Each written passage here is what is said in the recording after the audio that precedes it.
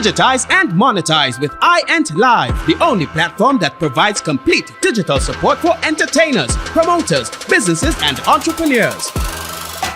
Leverage our one-stop digital ecosystem that will allow you to promote your music, sell albums, and host paid events, host webinars and sell courses, promote your concerts, sell tickets and live stream events, and market your business or project to generate new customer leads, traffic, and more. This is all supported by our homegrown AI-driven digital marketing infrastructure that has successfully served hundreds of clients around the world.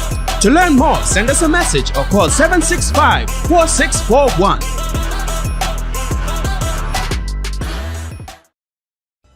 Hi, good evening, and welcome to Bloodline Podcast. My guest this evening is what should I really call it? A jack of all trades in span. The amount of things, anyhow, as we talk about it, you'll find out more about this guy. My guest this evening is Kareem Brown, leader of Unistar's Steel Orchestra, and the former captain of the National Steel Symphony Orchestra. Kareem, welcome to Bloodline Podcast. How are you going, my brother? I'm very good. So I want to know a little bit about you. I want to know where you're born. I want to know a little bit about your family. All right. In terms of the best place on earth, Laventille. That's where I grew and everything. My parents lived there from since I think I've never left Laventille. But I grew up with my mother, Elizabeth Brown. My father is a musician, Einstein, and they grew up with their parents in Laventille too as well. And right on Stanislaus Street. I don't know if anybody knows that street. Right in Success Village there. Close to it used to be St. Joseph Road, but now it's the Bertie Marshall Boulevard. Right, so it's between in corner of Stanislaus Street and Bertie Marshall Boulevard is where I grew up. What about brothers and sisters? Right, my brother, I've one brother, which is Kareem Brown. He is older than me by 2 years, and he's also mute. And he can't speak as well, so we had to sign and to communicate. I have a younger sister, Khadija, and different fathers, but and on the father's side, I have a couple of sisters, about 4 sisters abroad. So that's basically. You went to school where in Laventille? Well, right in Laventille. Success? Laventille Boys, primary school, and then I was kind of mischievous, giving trouble. So my mother transferred me to St. Douglas RC at Bover Laventille. But then, common entrance at the time. And then I passed for Success Laventille Composite. So you say it's miserable as well, boy. So what kind of hobbies? What you used to do? Play cricket, play football, run jockey? What you used to do? I used to play football in the streets, My brother was involved in the football, so that's the thing at the time around my my age and maybe older. He would come out in the street and play football. I can't play football, right? And apart from that was a little cricket, but mainly football I used to play. Tell me about your beginnings in music. Well, there was right on Stanislaus Street. I had a neighbor named Movin James, and at the same thing I was playing football in the street, and Movin came across and I saw him talking to my mother and thing, and then I found out after that he was starting back Highlander Steel Orchestra right on the street, right opposite my house. Under it was deceased Barbara Fletcher was the persons who had owned the property, and he had started back the band right under there. So immediately I joined the band. My father used to play pan, so my mother, had no problems with me going to start playing. So it's Highlander Steel Orchestra. So I was about 11, 10, 11 to give it. Right, and so started learning the tenor pan, and also learning all the old bomb songs that Bertie Highlanders, Marshall and right. Highlanders had done, like Gypsy Rondo and these kind of things, and learning from the older heads, Alvin O'Mean and Beardman is what they used to call him at that time, and that's Kelvin Halls. Clifford Alfred was, he passed through as well. So my journey started at Highlanders on Stanisław Street, and my next door neighbor, Helen Che, she invited Ben Jackson, who was the person doing music together with Mr. Lewis at Success Lavender, composite at the time. Now it's Success Lavender Secondary, and told him about this neighbor of hers, playing pan, and he real good, and he wanted, would like him to join. So I started playing at Success Stars Pan Songs, as the name of the steel band at school. So I right before passing for Success, so I joined the group and played for the festival at that time. I was always remember Andrew Tanker piece at the time, and it was real nice reggae music and whatever. So the journey started from there. Moved from Highlanders, went across to Success Stars Pan Songs, and same neighbor Helen, she introduced me to Neil and Massey All Stars. So I ended up going across to join the stateside there. That's like the late 80s into 90s. So I would have joined Neil and Massey Trinidad All Stars, played tenor there, and the journey continues by later on into like Form 4 or 5, getting to meet Pat Bishop. I think I had left school already. I don't know if I had left school already, but Ben Jackson had wanted to participate in the Pan is Beautiful, and talking to Panjin Bigo, they said that he had registered a band name, so they could not use that name. So Oren Serrat at the time, the state Oren Serrat as the president of, he had owned Panjin Bigo. He had separated from Harmonite, and he had this name called Panite. So Ben agreed to use the name Panite and pull the sponsor Solo Panite, and we participated in the festival at that time, maybe 94 or somewhere around there. And at that time, Mr. Serrat invited Pat Bishop to the rehearsal, and she was blown away because when she came to the music room, we were doing Jit Samaru test piece. I think it was that Trinity or one of them, but we was reading the piece, reading the music, and she was blown away with that. And she said, well, she wanted to start this group as part of Lydian Singers called the Lydian Steel, right? So, You went too far. yeah. Who was some, as a young fellow, who were some of your mentors, who used to look up to Ken? I had started off in Highlanders, so I was always amazed at Bertie Marshall's tuning abilities and these kind of things. So he had I was always exploring that aspect of it, but I never ended up tuning, right? There was some old Alvin O'Mean and Kelvin. They used to play a mean double seconds, double tenor, and then after that would have been like Bugsy. I love Bugsy and Carrie Quadranton. They were very influential in the type of arrangements I do now, and also I can leave out Ben Jackson. Of course, yeah. You also play with skiffle, right? Skiffle, yeah, well. So you call it a number of number of bands. Well, Skiffle was trying to make a name in the pan world. I mean, we Ben and I. So we had gotten this offer through Pat Bishop to do some music. Well, for Ben to conduct really was to go to do music at Exodus, right? Pat had set up the meeting with Ainsworth Mohammed and these kind of things. But we went to the meeting, and then like the day after or something, received a call from Mr. Rebello from Skiffle, and he invited us down, and I think we went down, and from that moment, Skiffle was the band, Ainswood was totally upset.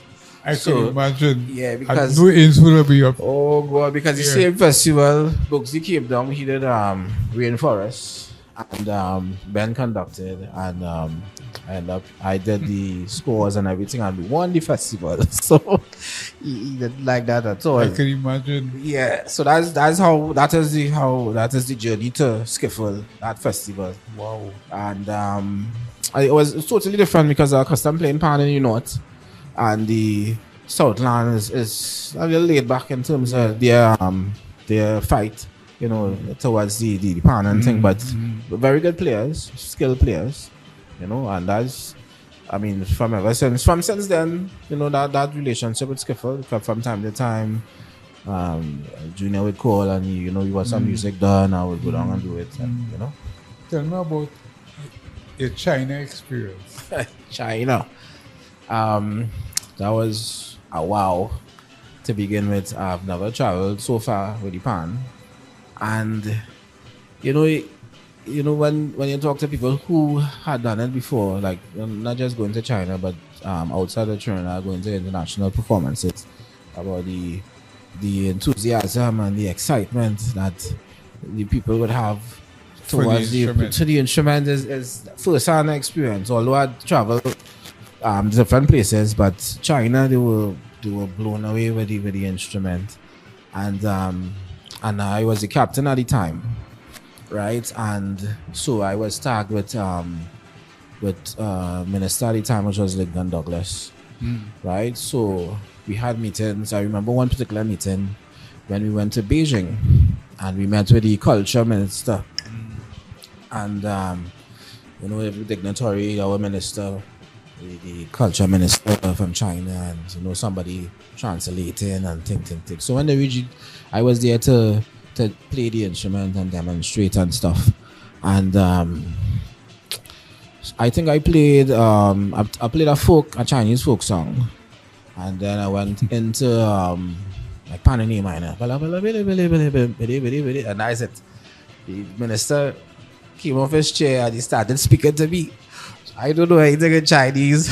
So the interpreter, I kind of come and explain that he was blown away. He was saying something like, if the instrument is for him or if it's for the people of China, so he wants his own instrument. Yeah, he wants his own part. So how you resolve that?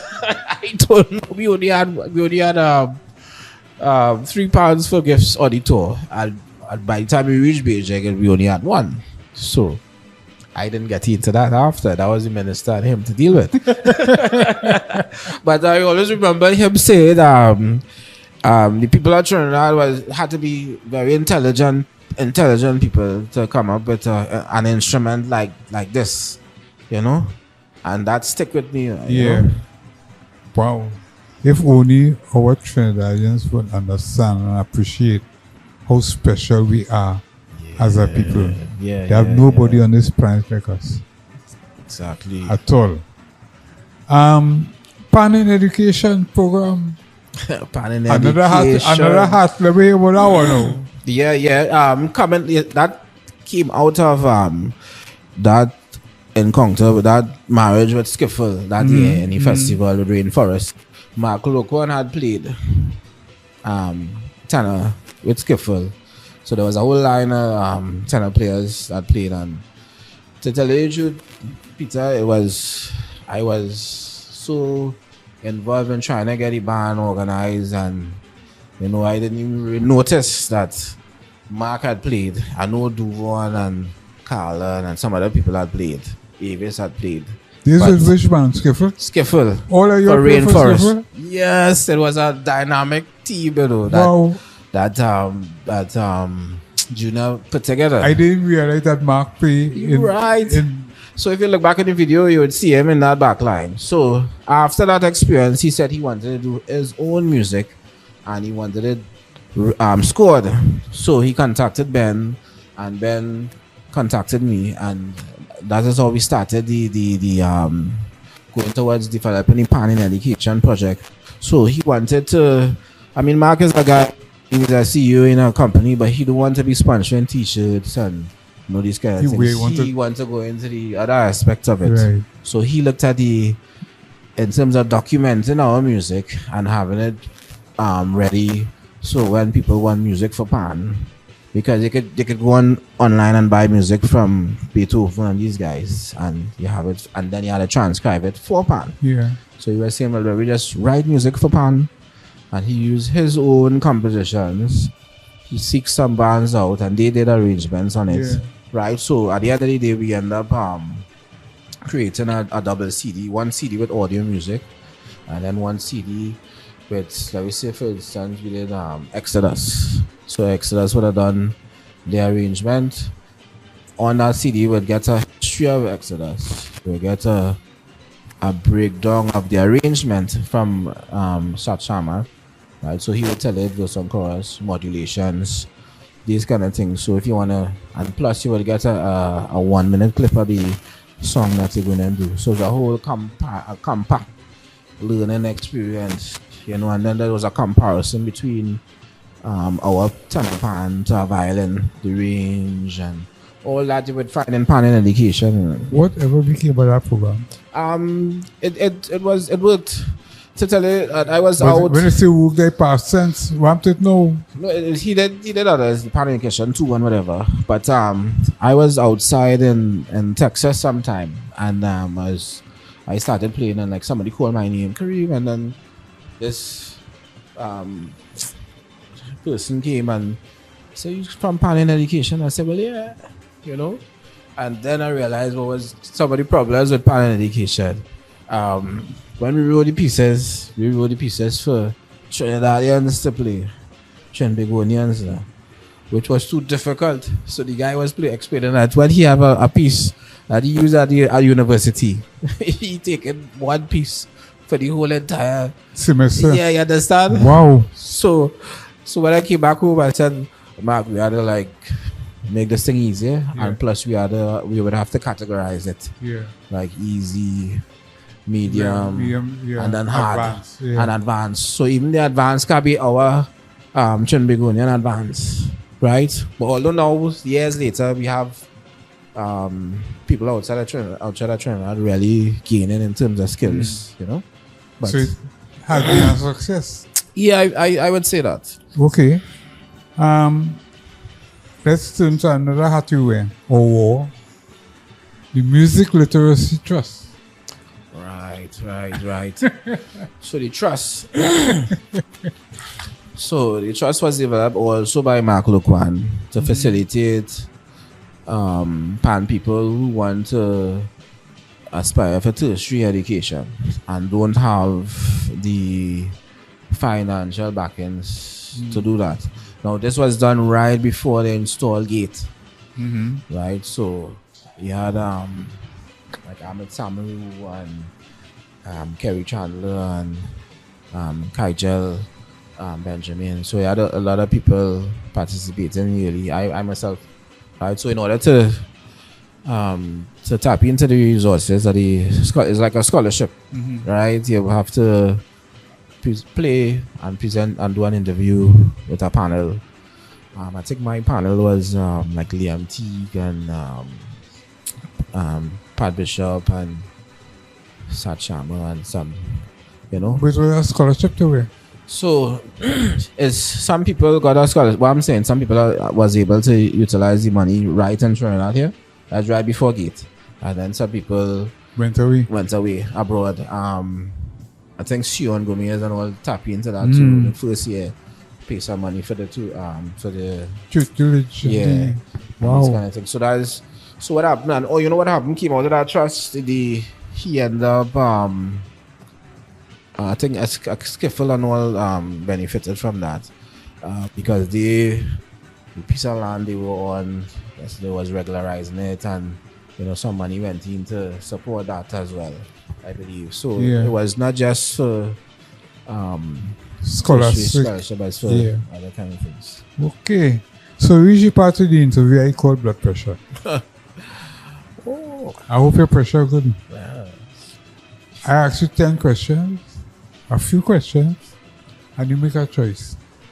You ready? Ready. Okay. Bacon shack or bacon buljol?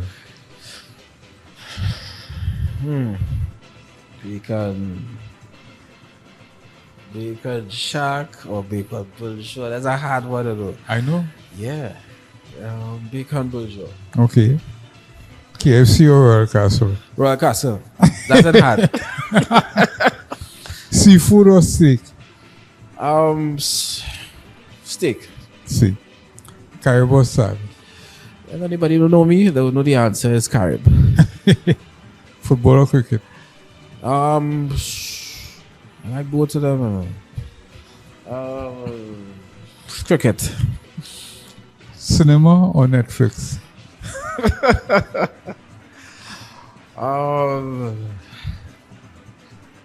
There's pressure here, right? Netflix. War movies or westerns? Westerns. WhatsApp or speaking on the telephone?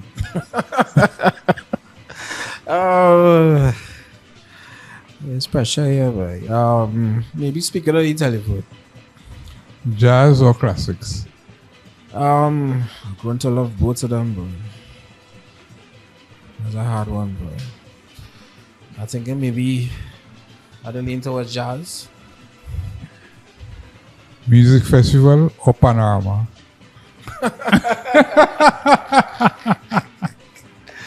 I had a pass on that one, but that one I like both of them. I love it both of them. Panorama or music festival. Pan is beautiful. Music festival or Pan is beautiful. Both. That'd get harder. If it was music festival, I would have choose panorama. Pan is beautiful. We need that. I had a pass on that one.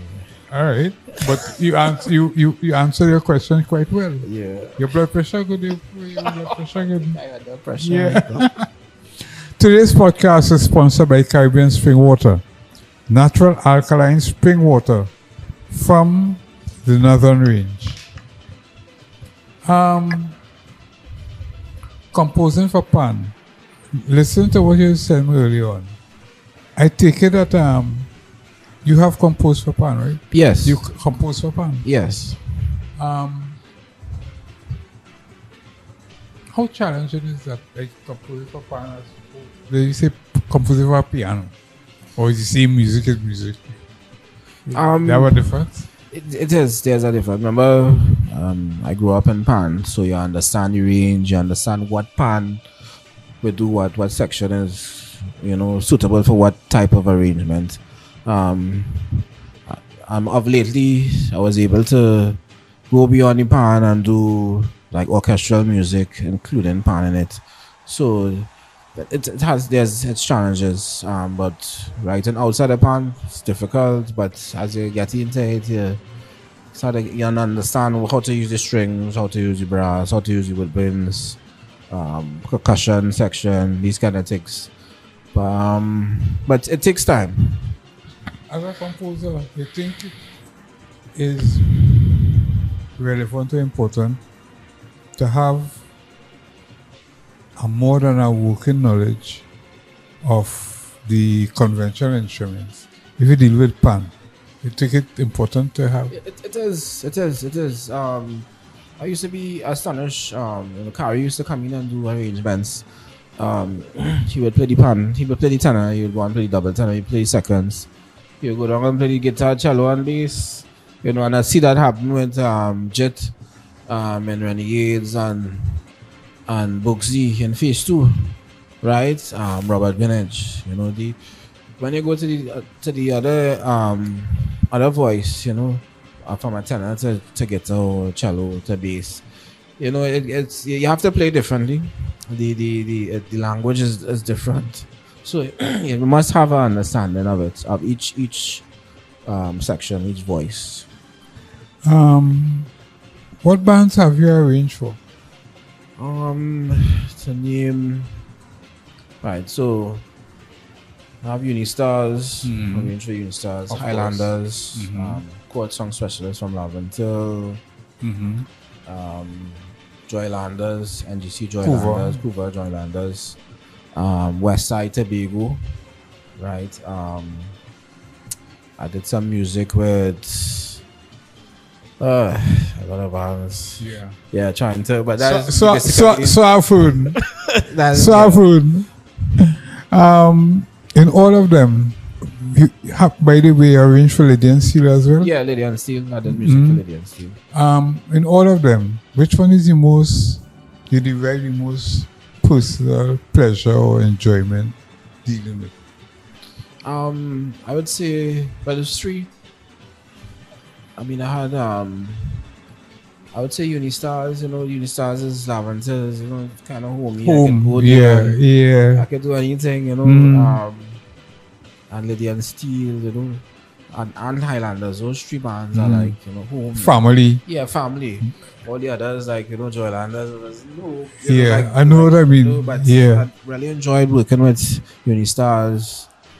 Especially with any community. I love working with any community. Yeah. Tell me about the experience with being the captain of the National Steel Symphony Orchestra. How was that experience? It's different because you are the captain of members who are the top members from the top bands. From the Desperados or All Stars. When they are the top members there. You have also Rangers. Right, you have Ahmed Samaru, Callan here who win so many single band titles. You have Andrew Charles who win so much junior band panorama titles. So as I say that, of course of mine, I used to play pan. I play for 3 steel bands, right? But especially if you win something, the ego. You feel it, right? Yeah. How you harness all them egos, that configuration you just talk about? Yeah, it's not. How you harness all them egos? You have all these talented people in one symphony orchestra. How you get them focused on? That is not an easy thing. I could really imagine. Yeah, you gotta get them to forget that and focus on music. Yeah, the music. I think the music is the easiest part. You can try to develop some more discussions on the music side of it. But outside of that, challenges, right? Too. Because remember, they are top players, so salary is a discussion. We'd have discussions, not like regular steel bands. So, gratuity is a discussion. The respect for the steel band from the ministry point of view. Oh yeah. Is how they treat the orchestra because it's a national steel symphony orchestra. So you expect to be a particular kind of treatment. Kind of type of treatment, a particular type of performance. But is that happening? We're still struggling with it. Yeah. Again, got some forward from it. I guess it all depends on who was the permanent secretary or who was the minister or who was the prime minister at the time. Right? So, because we started under Patrick Manning, so that's a kind of personal thing there with the pan.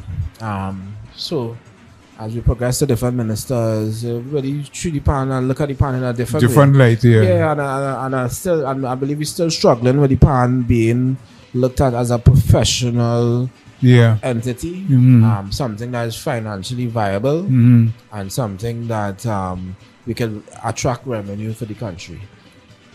Wow, which brings me to my next question. A Better Tomorrow documentary. Yeah. Tell me about that.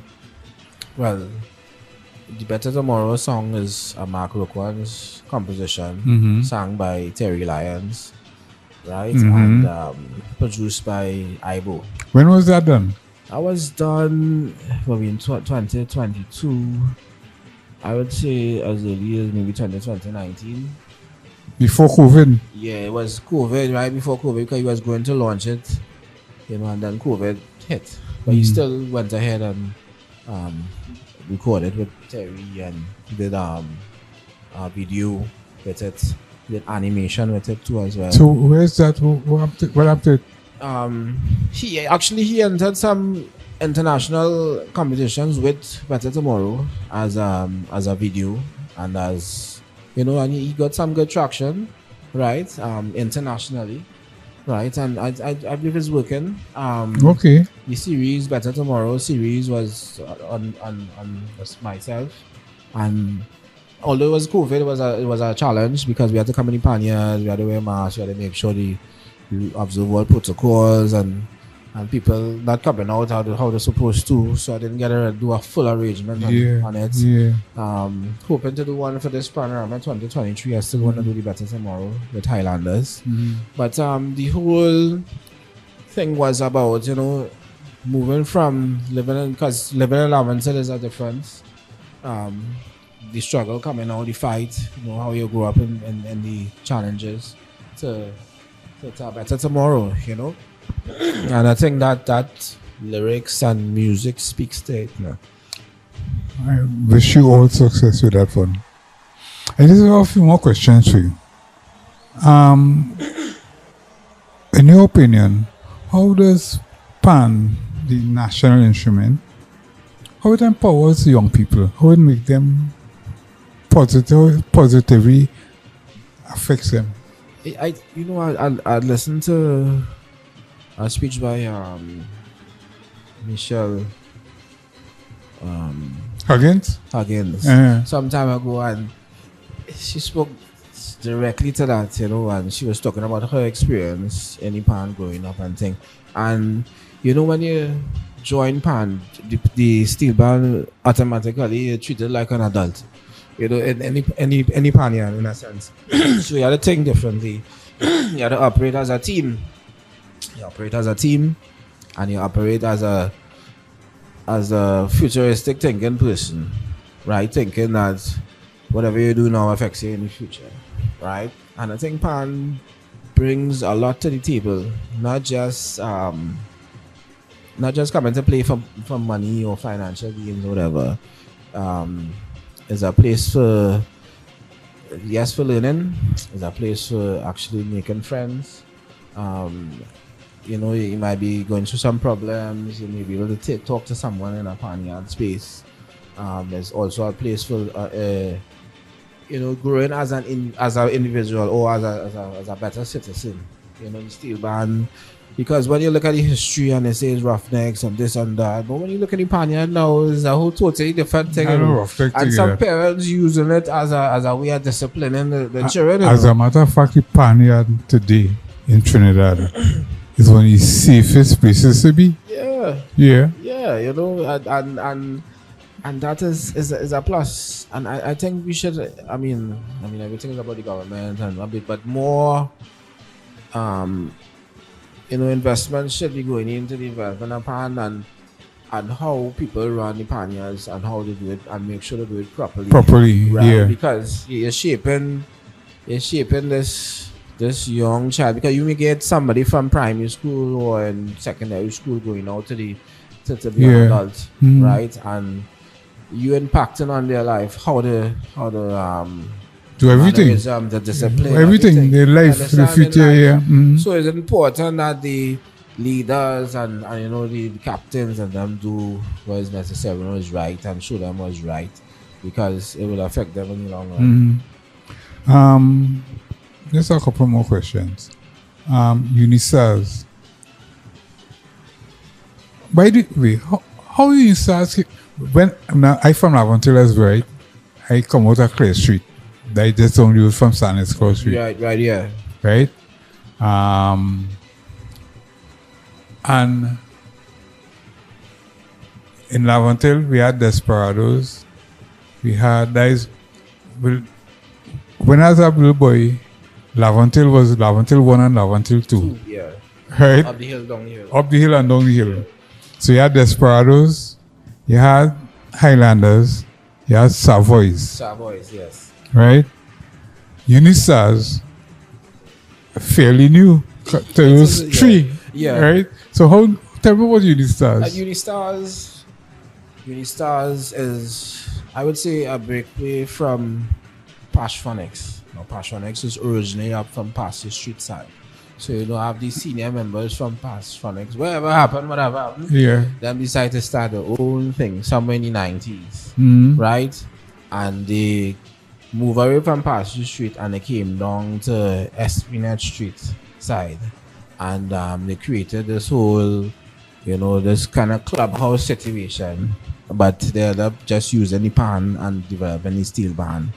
And there was a guy, rapper, that is his nickname, and Anthony Walters is his name, and he brought together his friends, like Tony Kingsale and Lloyd Cooper, which is Shire, and all these guys, and they came together and they formed this Unistars.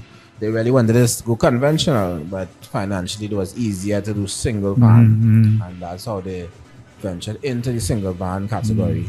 And they had like Cecil Phillip involved in I saw how's Cecil going? Remember Cecil passed away. You're right. So Yeah. Cecil's kids used to come and play. Right? They would still frequent the band, support the band and this kind of things. So you had Cecil involved, and they had Sidney Joseph and an arranger in the 80s there with them, and they grew from strength to strength. They moved around Success Village until they, I should say permanently at the corner of McAllister Street and Katie Marshall Boulevard. That's close to Laventil Rhythm section too. A little stone store from Laventil Rhythm section, but right next to Mac Foods on the back right here, and set up shop right here. There used to be a gas station there called Tall Boy gas station, which they took over. Right, I think was the former president of Panchamigo, Keith Diaz. There was somewhere else, and he suggested I go in this space, and they have been there for some time now, and they have been a force to reckon with in the panorama, and also like when they used to have Pandong Remy Lane and 21st Century, and also our Laventil Street Festival that happens around Emancipation time. Unistars would participate in all those things and try to do more community stuff. So they have been Unistars going good. Yeah. So for Carnival 2023, I could expect to hear them come out with a bang. Yeah, of course. All right. One last question. What are your future plans? I mean, you've done so much with the instrument. What down the road? I think it's just maybe developing me as a soloist and more composer. So I'm hoping to do some, put out some more original music out there, together with my wife Hobbies, and focus on me really. I liked how the pandemic happened, and it caused a birth of soloists like Joshua and Chakari and these guys. So that means the pan being pushed in a different space now, and I appreciate that, So it's not just steel bands, and then plus the steel bands changing the product, like how Renegade's changing the product and pushing itself into a different new market space. So I would like to see myself change into a different product, but doing more original music out there, and collaboration with some international artists. Well, I must thank you so much, Kareem, for being my guest this evening. I wish you, Unistars, Laventil, and all the projects that you're working on, success. All success in the future. Thanks for being my guest. I mean, I'm happy to be on the Bloodline. Although you had me under pressure just now. My guest this evening has been Kareem Brown, leader of Unistars Steel Orchestra, wearer of several hats in Pan, including being the former captain of the National Symphony Orchestra. Still captain. Oh, you're still the captain? Okay, you're still the captain. Digitize and monetize with iEnt Live, the only platform that provides complete digital support for entertainers, promoters, businesses, and entrepreneurs. Leverage our one-stop digital ecosystem that will allow you to promote your music, sell albums, and host paid events, host webinars and sell courses, promote your concerts, sell tickets and live stream events, and market your business or project to generate new customer leads, traffic, and more. This is all supported by our homegrown AI-driven digital marketing infrastructure that has successfully served hundreds of clients around the world. To learn more, send us a message or call 765-4641.